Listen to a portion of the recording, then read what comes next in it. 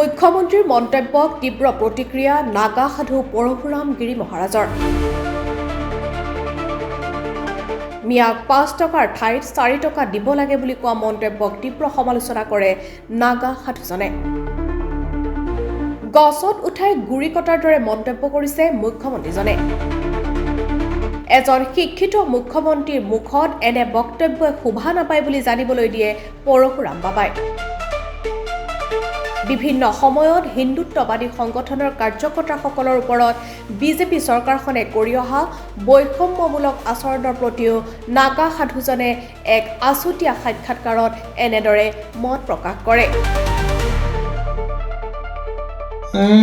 মই সমগ্ৰ অসমবাসী ৰাইজক আৰু সেই যুৱ প্ৰজন্মক মই এইখিনি কথা ক'ম যে গছত উঠাই দি গুৰিত কথা কাম যেতিয়া কথা ক'ব সেইবিলাক কথা শুনিব নালাগে। প্ৰথম কথা, এজন অসমৰ মুখ্যমন্ত্ৰী হিচাপে তেওঁ যিখিনি কথা কৈছে সম্পূৰ্ণ ভুল কথা কৈছে।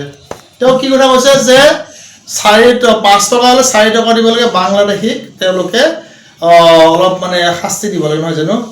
গোটেই বাংলাদেশীবিলাকক যে ফ্ৰী ৰেচন আঁচনিবিলাক দিছে, গোটেই চৰ চাপৰি যে ৰেচনবিলাকৰ যে আঁচনিবিলাক যে দিছে, বিভিন্ন চৰকাৰী আঁচনিবিলাক, গোটেই তেওঁলোকে কৈছে আমাৰ হিন্দু মানুহবিলাকে সৌখিদিনা আমি দেখা পাইছোঁ এজন মানে বিকলাংগ এজন ল'ৰা ঘৰত শুবৰ কাৰণে এখন বিচনা নাই, এখন মানে বিচনাত পাৰিব এখন তুলি নাই, ওপৰত মানে বৰষুণ দিলে পানী পৰে, তেওঁলোকক সেই আঁচনি মানে ঢুকি পোৱা নাই। আঁচনি কাক ঢুকি পাইছে? চৰ চাপৰিত থকা সেইসকলক ঢুকি পাইছে। কাক পাইছে?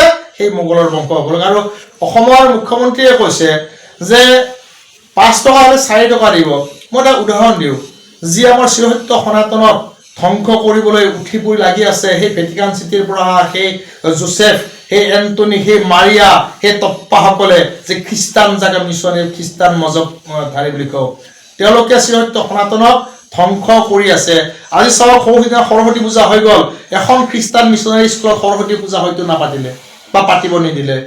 আৰু তেওঁলোকক বিৰোধ কৰি বজৰং দলৰ সেই বজৰংগীসকলে নলবাৰী জিলাত যিখিনি কাম কৰিলে, তেওঁলোককতো লগালগ জেলত সোমাই দিলে অসম চৰকাৰৰ সেই আৰক্ষী বাহিনীয়ে। কিয় এবাৰ অসমৰ মুখ্যমন্ত্ৰীয়ে মাত নামাৰিছে?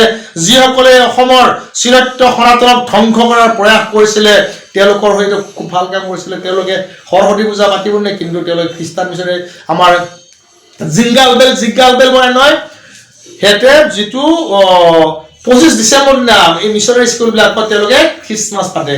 আৰু খ্ৰীষ্টমাছ পতা সময়ত স্কুলত পঢ়া সেই ল'ৰা ছোৱালীবিলাকক কিবা সেই গছবিলাক জিলিক মিলিক গছ, সেই ওপৰত টুপি দি জকৰ বনায়, সেই জকৰ বনাব পাৰে আমাৰ সনাতনীসকলক, কিন্তু আমাৰ সেই সনাতনীসকলক বিদ্যাৰ অধিষ্ঠাত্ৰী দেৱী সেই পূজাখন পাতিব দিব নোৱাৰে।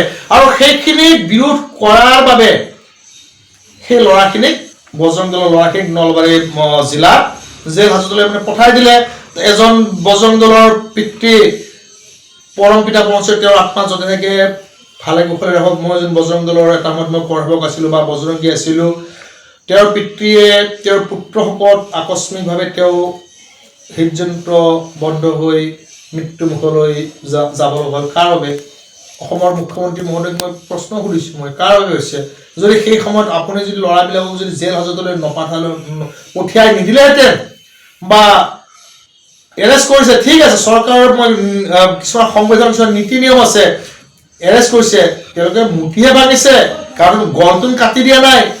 আমাৰ চিৰসত্য সনাতনক তেওঁলোকে কাটি আছে, মাৰি আছে, আমাৰ সভ্যতা সংস্কৃতি তেওঁলোকে কনভাৰ্ট কৰি আছে। সেইসকলক আপুনি জেল হাজতত পঠাবলৈ আপোনাৰ সাহস নাই। আৰু আপুনি কৈছে যে ৫ টকা হ'লে ৪ টকা দিব। সেইসকলে যদি ৪ টকা দিয়াৰ সময়ত যদি সেই যদি চালকসকলে যদি কিবা উৎপাত কৰে, যেতিয়া মাৰামাৰি যদি দুৰ্ভিক্ষৰ হয়, তেতিয়াতো মানে পুলিচে কৰায়ত্ব কৰিব, পুলিচে কৰায়ত্ব ক'লে যে ভাই তাৰ ভাড়া মানে ৫ টকা হৈছে, তুমি ৪ টকা দিয়া ভাই, তুমি মাৰামাৰি কৰিছা, তুমি মাৰামাৰি কৰিব তুমি মুখ্যমন্ত্ৰী দিয়া নাই, তোমাক কমহে দিব দিছে। তেতিয়া মুখ্যমন্ত্ৰী একো মাত নামাতে, কষ্ট কোনে পাব? সেই ঘৰৰ ল'ৰা সতি সন্তানসকলে নাপাব জানো? এইবাৰেই কৈছোঁ, যদি কৰিব লগা আছে এই ফ্ৰী আঁচনিবিলাক গুচাই দিয়ক, শিক্ষা ব্যৱস্থা কৰক, স্বাস্থ্য ব্যৱস্থা কৰক, বাকী একো আঁচনি দিব নালাগে। আপুনি আঁচনি দিছে, ধুনীয়া অপৰাধীবিলাকক এৰেষ্ট কৰিছে, আৰু ধুনীয়া অপৰাধীৰ ভৰণ পোষণ সেই জেল হাজতত মানে দি আছে, আৰু মানে কৈ আছে মানে শাস্তি দিবলৈ। আপুনি কি শাস্তি দিব কথা আছে? খুব বেয়া লাগে এনেকুৱা কথা অসমৰ মুখ্যমন্ত্ৰীৰ মুখেৰে শোভা নাপায়। প্ৰথম কথা। শাস্তি যদি দিব লগা আছে ফাটে মাৰক কামেৰে মাৰক অসমৰ ল'ৰাই যেতিয়া মাটি বাৰী কোৱাত খেতি কৰিব যায় মিয়া যেতিয়া উৎপাত উৎপীড়ন কৰিব আহে সেইসকলক গুলিয়াই বধ কৰাৰ এটা নিয়ম কৰক যে অসমৰ ল'ৰাই এইখিনি খেতি কৰিছিলে অমুকে গৈ সৌহিনা মংগলেনে ৰঙিয়াত মানে ইছলাম মজবধাৰীয়ে গৈ কিনে আক্ৰমণ কৰিছিলে এটা পৰিয়ালক সেইসকলক লগৰ বধ কৰাৰ ব্যৱস্থা কৰক না আমি ভাল পাম নহয় মই নিজে যাম অসম সংবাদ আপোনাৰ মঞ্চ আপোনাৰ কণ্ঠ